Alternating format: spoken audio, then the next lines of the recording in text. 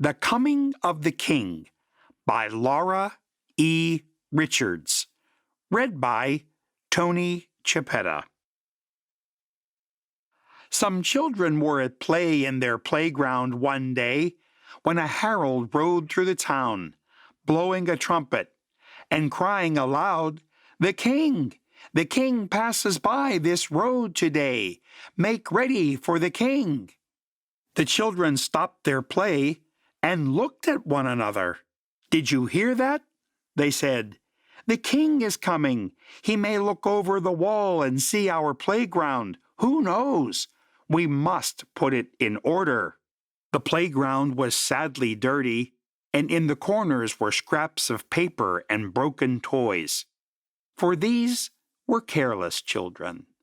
But now one brought a hoe, and another a rake, and a third ran to fetch the wheelbarrow from behind the garden gate. They labored hard, till at length all was clean and tidy. "Now it is clean," they said, "but we must make it pretty, too. For kings are used to fine things. Maybe he would not notice mere cleanness, for he may have it all the time." Then one brought sweet rushes and strewed them on the ground. Others made garlands of oak leaves and pine tassels and hung them on the walls. And the littlest one pulled marigold buds and threw them all about the playground, "to look like gold," he said.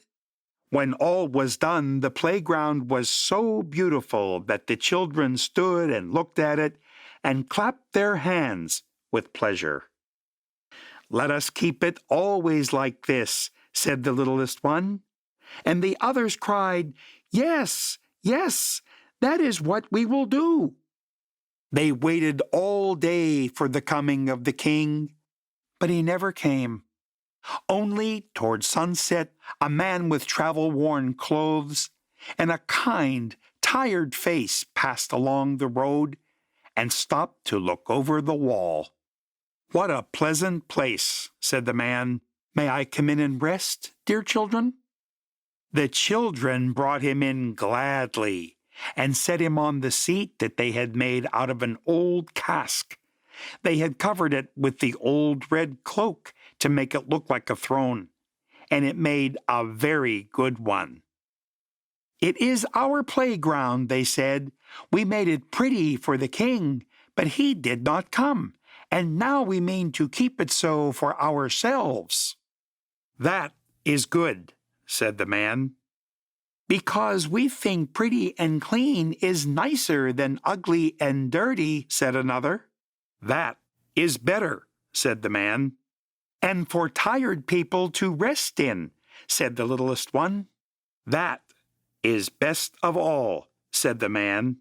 He sat and rested and looked at the children with such kind eyes that they came about him and told him all they knew.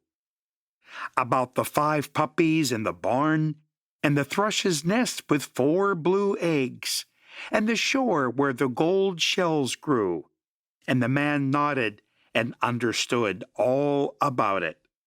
By and by he asked for a cup of water, and they brought it to him in the best cup, with the gold sprigs on it. Then he thanked the children, and rose and went on his way. But before he went, he laid his hand on their heads for a moment, and the touch went warm to their hearts. The children stood by the wall and watched the man as he went slowly along. The sun was setting, and the light fell in long slanting rays across the road.